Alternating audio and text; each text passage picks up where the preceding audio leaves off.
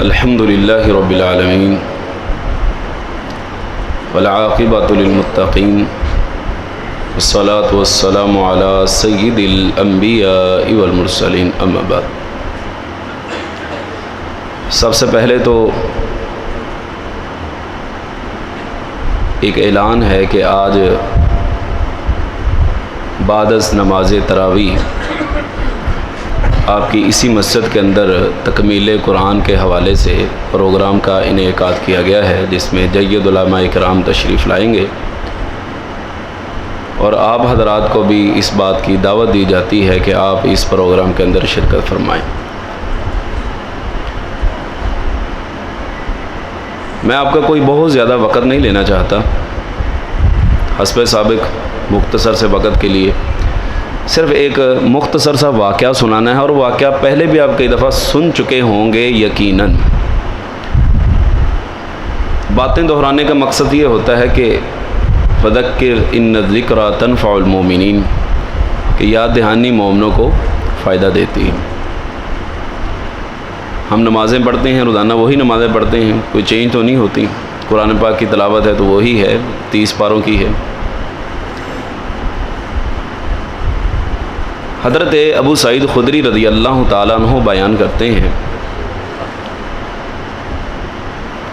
کہ نبی مکرم صلی اللہ علیہ وسلم نے فرمایا، کیا میں تمہیں جنتیوں میں سے سب سے ادنا جنتی کا حال نہ بتاؤں؟ سب سے ادنا جنتی وہ ہوگا جس کا اللہ رب العالمین جہنم سے رخ پھیر کر جنت کی طرف کر دیں گے، جہنم سے پھیر دیں گے اسے دور سے ایک درخت نظر آئے گا، سایہ دار درخت۔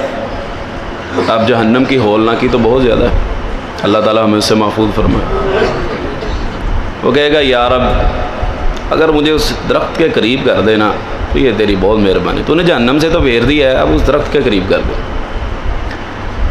اللہ رب العالمین فرمائیں گے، ٹھیک ہے تمہیں اس درخت کے پاس کر دیتا ہوں، اس کے بعد کسی چیز کا سوال تو نہیں کرے گا؟ وہ کہا، نہیں نہیں یا اللہ، بس اس درخت کے قریب کر دے مجھے۔ اس درخت کے پاس چلا جائے گا، اس کے بعد اسے ایک اور درخت نظر آئے گا جس کے اوپر پھل لگا ہوگا۔ اب انسان ہے نا، انسان حل من مزید، جتنا بھی اس کے پاس ہو مزید کو طلب کرتا ہے کہ اور ہونا چاہیے۔ کہ یا اللہ وہ جو درخت ہے نا اس میں کھانے پینے کا بھی سامان ہے، اس کے قریب کر دے تھوڑا سا۔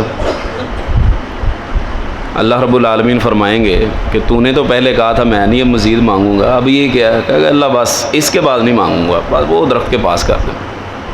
اللہ رب العالمین اس درخت کے پاس کر دیں گے۔ پھر اس سے بہتر ایک اور درخت نظر آئے گا جس میں کھانے پینے کا بھی سامان، کھانے کا بھی سامان اور پینے کا بھی سامان ہوگا۔ اب پھر دل للچائے گا کہ مزید اس سے بھی قدم آگے بڑھنا چاہیے۔ پھر کہے گا، یا اللہ وہ درخت کے پاس کر دے۔ اللہ فرمائیں گے، تو نے تو پہلے کہا تھا میں نہیں مانگوں گا، یا اللہ بس اس کے بعد نہیں، بس اس درخت کے پاس کر دے۔ اللہ رب العالمین اس درخت کے پاس کر دیں گے۔ پھر دور سے جنتی لوگ جنت کے اندر اللہ کی نعمتوں سے بہرہ مند ہو رہے ہوں گے، وہ نظر آئے گا، پھر دل للچائے گا کہ میں اکلا ہی باہر بیٹھا ہوں۔ کہ یا اللہ اس جنت کے پاس کر دے۔ اللہ فرمائے، اوے ابن آدم تو نے کہا تھا، یا اللہ بس اس کے بعد نہیں کچھ مانگتا۔ جب وہ جنت کے دروازے کے پاس چلا جائے گا، اب باہر بیٹھ کے دیکھنے کا ماحول اور خود یہ کہ اندر انسان داخل ہو جائے۔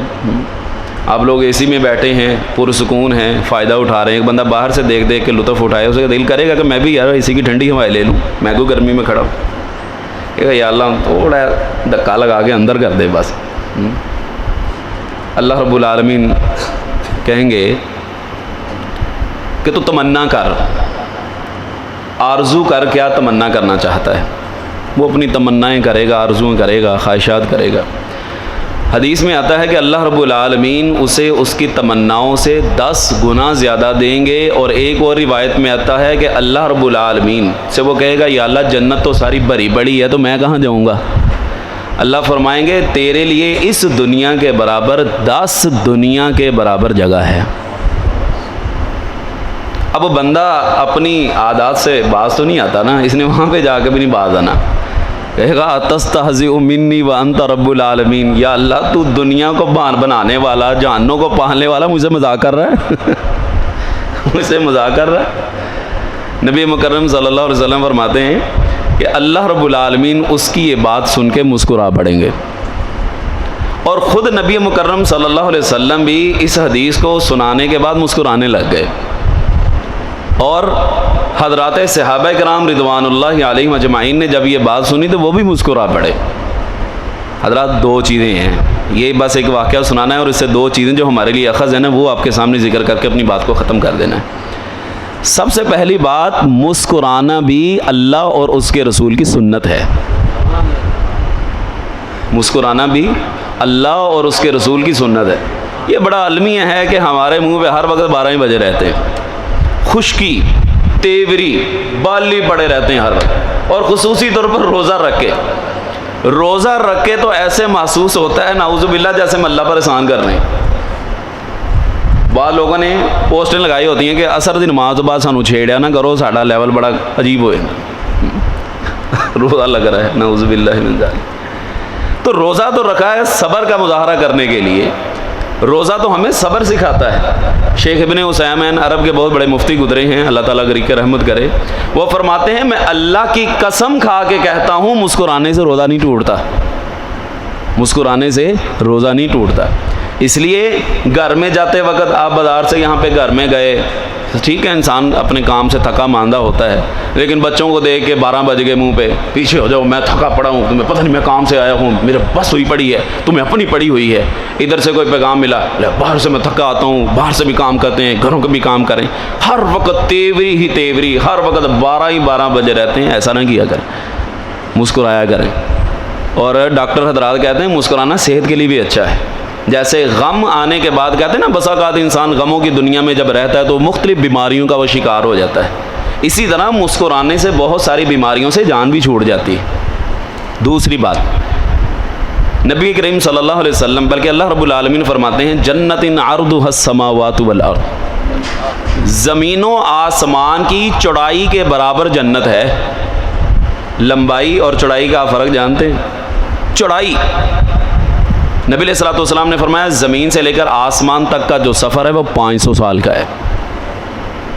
تو ہم میں سے زیادہ عمر 100 سال یا 100 سال یا 150 سال تک جاتی ہے۔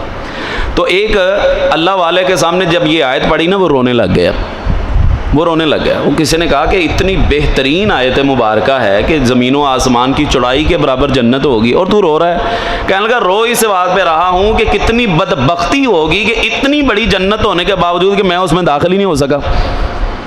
یہ رمضان المبارک کا جب مہینہ ہم گزار رہے ہیں، اللہ کی اطاعت و فرما برداری میں گزار رہے ہیں، اگر اس میں ہم اللہ کی اطاعت کر کے جنت حاصل نہ کر سکے تو بتائیے اس سے بڑی محرومی اور کیا ہوگی۔ اتنی بڑی جنت، نبی علیہ الصلوۃ والسلام نے فرمایا موضع صوت، ایک چھڑی کے برابر جو جگہ ہے نا، ایک چھڑی کے برابر، آپ جس جگہ پہ بیٹھے ہیں یہ بہت بڑی جگہ ہے، ایک چھڑی کے برابر اگر جگہ جنت میں مل گئی تو یہ دنیا اور جو کچھ دنیا میں اس سے بہتر ہے۔